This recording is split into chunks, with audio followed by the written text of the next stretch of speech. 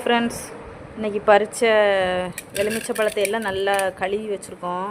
பாருங்கள், இது வந்து ஒரு 4 கிலோ இருக்குது. இது வந்து கடைக்கு அப்படி கொடுக்க போகிறோம். இது கொஞ்சம் காய்கள் கொஞ்சம் கலர் சேஞ்ச் ஆகாதது எல்லாம் அப்படி வச்சுருக்கோம்.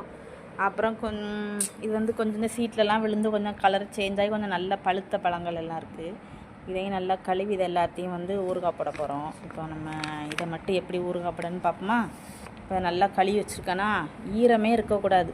எல்லா பழத்தையுமே நல்லா ஒரு காட்டன் துணி வச்சு நல்லா தொடச்சி எடுத்துக்கோங்க. ஃபஸ்ட்டு காட்டன் துணி வச்சு நல்லா தொடச்சிட்டு இதை வந்து சூப்பராக கட் பண்ணிக்க போகிறோம். கட் பண்ணிவிட்டு காமிக்கிறேன். இப்போ நம்ம இந்த எலுமிச்சை பழத்தை வந்து ஒரு இதை 2ஆக வெட்டி அப்புறம் இன்னொன்று 3ஆக கட் பண்ணிடுங்க.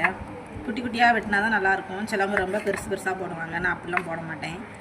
அழகாக சின்னதாக வெட்டி அந்த அதில் இருக்கிற அந்த விதைகளை எல்லாத்தையும் தனித்தனியாக எடுத்துக்கோங்க. பார்த்திங்களா, தனியாக எடுத்து வச்சுக்கோங்க. பாருங்கள், அந்த விதைலாம் எடுத்து வச்சுட்டு கட் பண்ணி இப்படி போட்டுருங்க. பாருங்கள், இப்போ நம்ம கட் பண்ணி வச்சுருக்கோமா, இதை நம்ம கண்ணாடி பாட்டிலில் போட்டுக்கலாம்.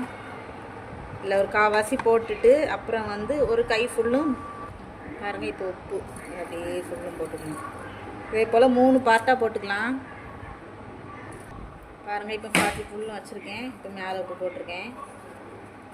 இனி இது வந்து ஒரு 3 நாளைக்கு ஒரு நாள் வந்து நல்லா இதை குலுக்கி வைக்கணுங்க. தண்ணி ஊறி நல்லா கொஞ்சம் கீழே வரைக்கும் பாதி வந்துடும் பாருங்கள். அப்புறம் பார்க்கலாம். இதை இப்போ வச்சாச்சுங்க. இப்போ மூடி வச்சிடலாம். இனிமேல் வந்து இது 3 நாள் கழித்து இது நல்லா வந்து ஒருக்கா குலுக்கி வச்சுக்கிடணும். அதுக்கப்புறம் இதை நான் ஊறுகாய் போடும்போது உங்களுக்கு காமிக்கிறேன். சரிங்களா? அடுத்த பாட்டில் பார்க்கலாம். சரியா? பாய்.